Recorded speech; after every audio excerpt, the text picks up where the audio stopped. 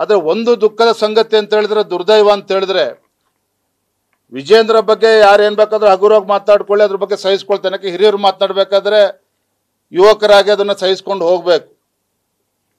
ಆದರೆ ಈ ಪಕ್ಷ ಕಟ್ಟಿರ್ತಕ್ಕಂಥ ಒಬ್ಬ ಹೋರಾಟಗಾರ, ರೈತ ನಾಯಕ ಯಡಿಯೂರಪ್ಪನವ್ರ ಬಗ್ಗೆ ಮಾತನಾಡಬೇಕಾದ್ರೂ ಸಹ ಎಂಥ ಕೀಳ್ಮಟ್ಟದ ಭಾಷೆನ ಪ್ರಯೋಗ ಮಾಡ್ತಾ ಇದ್ದಾರೆ.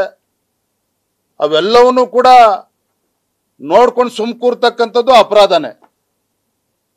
ಇವತ್ತು ಅನೇಕ ಹಿರಿಯರು ಕೂಡ ಕಳೆದ 1 ವರ್ಷದಿಂದ ನಿರಂತರವಾಗಿ ಯಡಿಯೂರಪ್ಪನವ್ರನ್ನ ತೇಜೋವಧೆ ಮಾಡ್ತಕ್ಕಂಥ ಕೆಲಸ ಆಗ್ತಾ ಇದೆ.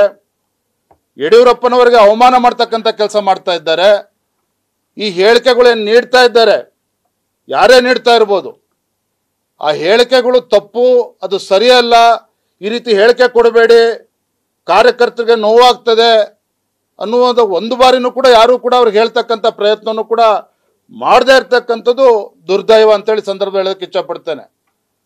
ಆದರೆ ಒಂದು ಮಾತನಾಡಿ ಸಂದರ್ಭ ಸ್ಪಷ್ಟಪಡಿಸ್ತೇನೆ, ನಾನು ಮಾತನಾಡಬಾರ್ದು ಅಂದ್ಕೊಂಡಿದ್ದೆ. ಆದರೆ ಪದೇ ಪದೇ ವಿಜೇಂದ್ರ ಹಿರಿಯರನ್ನ ವಿಶ್ವಾಸಕ್ಕೆ ತೆಗೆದುಕೊಂಡು ಹೋಗ್ತಾ ಇಲ್ಲ, ವಿಜೇಂದ್ರ ಏಕಪಕ್ಷೀಯವಾಗಿ ನಿರ್ಧಾರ ಮಾಡ್ತಾ ಇದ್ದಾರೆ. ಒಂದು ರೀತಿ ನನ್ನನ್ನು ಅಪರಾಧಿ ಸ್ಥಾನದಲ್ಲಿ ನಿಲ್ಲಿಸ್ತಕ್ಕಂಥ ಪ್ರಯತ್ನ ಕೆಲವರು ಮಾಡ್ತಾ ಇದ್ದಾರೆ. ನ್ಯೂಸ್ ಫಸ್ಟ್, ನಿರ್ಭೀತಿಯಿಂದ ನಿಮ್ಮ ಪರವಾಗಿ.